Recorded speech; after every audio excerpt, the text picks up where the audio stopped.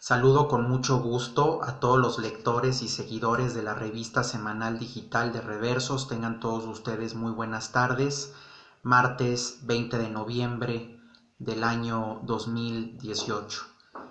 Hay algunos detalles que en recientes días, en esta fase final del periodo de transición del presidente actual, del gobierno actual mexicano al próximo gobierno que ya en unos días tomará posesión el presidente electo Andrés Manuel López Obrador, hay ciertas cosas que han generado polémica y que han generado un poquito de desazón en la opinión pública y en el grueso de la población mexicana. Por un lado, lo concerniente a la Guardia Nacional, al proyecto que hay de ejecutar la Guardia Nacional. Es importante sentar un precedente sobre este tema. Primero que nada, en los últimos meses, por no decir en los recientes años, en el último lustro, el mundo ha arrojado indicios de una especie como de renacimiento, de reconstrucción y de regeneración, las tres palabras, una detrás de otra, de fuerzas políticas derivadas del fascismo o de un nuevo fascismo, en partes muy específicas, pero muy importantes para la geografía política del mundo. Yo soy de los pocos analistas en México, junto con algunos más en el extranjero, que desde estas partes iniciales de este fenómeno lo hemos ido identificando. Lo comento no por una cuestión de soberbia ni de vanagloreo, lo comento por una cuestión de urgencia política. Están emergiendo muchas fuerzas fascistas en el mundo. Ya hay una participación bastante dominante de grupos neofascistas en el poder legislativo de Italia. Hay una efervescencia neofascista en Alemania. Hay un sentimiento neofascista en Inglaterra. Yo creo que no está de más hacer alusiones personales y generalizables al gobierno de Donald Trump en Estados Unidos. ¿Qué significado tiene la llegada de Jair Bolsonaro al gobierno de Brasil, una de las 13 economías más importantes del mundo, la economía más importante de la América Latina? Y de alguna manera sobreponer el proyecto de la Guardia Nacional que el próximo gobierno impulsará con todo el marco jurídico y el marco normativo, aunado a la trágica y de alguna manera sorprendente desde un punto de vista personal actitud de muchos ciudadanos mexicanos que han mostrado una faceta discriminante, hasta cierto punto exagerada, pero sobre todo bastante xenófoba con la caravana migrante que pretende llegar a los Estados Unidos. Ya hay incluso voces públicas muy reconocidas en el mundo que argumentan que esta caravana migrante pudiera tener una doble intención.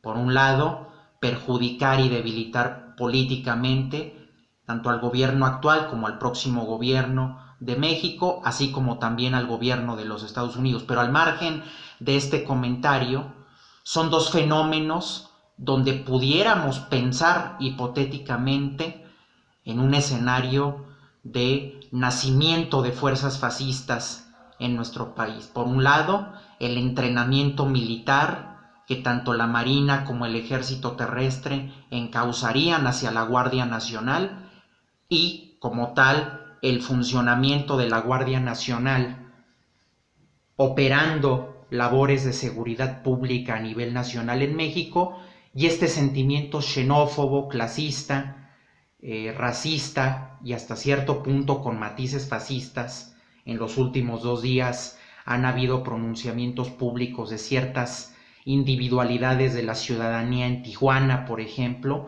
mostrando una faceta bastante fascista, planeando incluso tomar ciertas acciones muy inhumanas contra la cantidad de migrantes extranjeros provenientes de Centroamérica que lleguen hacia suelo mexicano y hacia esas partes concretas de nuestro país.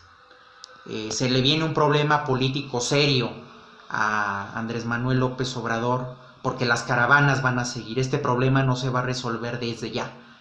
Van a seguir estas caravanas, van a seguir estas intervenciones en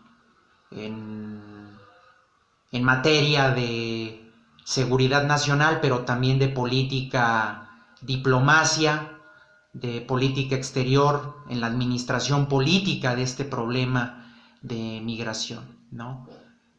Y de aquí se pueden desprender muchos pormenores que tienen que ver con la intención inicial de este video. Y después lo que tiene que ver con la polémica que causó la iniciativa de ley del senador zacatecano Ricardo Monreal, con querer eliminar y erradicar las comisiones y el cobro de servicios tarifarios que la banca privada, comercial, concentrada en México, poco competitiva, nos ha venido imponiendo por servicios de crédito, por servicios de salvaguarda del ingreso, por manejo de cuentas de cheques, comisiones por el manejo de cuentas de débito, etcétera, ¿no?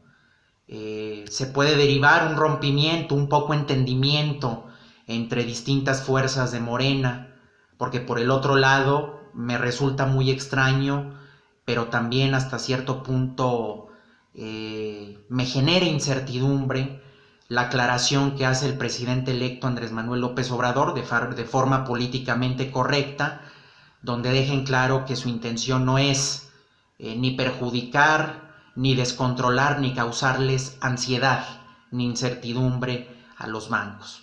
De esta declaración se pudieran derivar algunas preguntas que se le pudieran hacer al próximo presidente mexicano. Entonces, ¿por dónde se pretende canalizar el desarrollo, ¿no?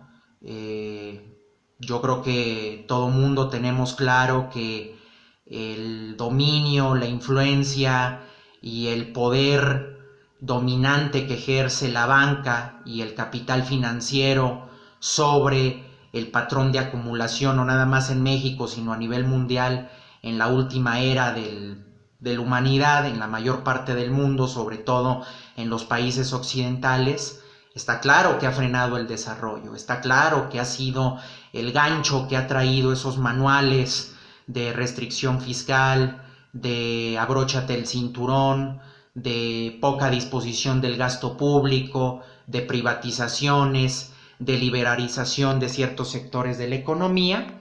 Y entonces cuando se escucha al próximo presidente Andrés Manuel López Obrador manifestarle cierta seguridad de forma diplomática y poco, más bien políticamente correcta a los bancos, pues de momento, de entrada, al margen de entender que es una declaración política para calmar las aguas, por así decirlo, sí no sobra preguntar, bueno, ¿por dónde canalizaremos el espacio al desarrollo? ¿Por dónde impulsaremos la reconstrucción de la economía nacional? Son ciertos detalles que en la última semana, no oficial, me refiero a los últimos 8 o 10 días, han causado polémica en nuestro país. Tengan todos ustedes muy buenas tardes.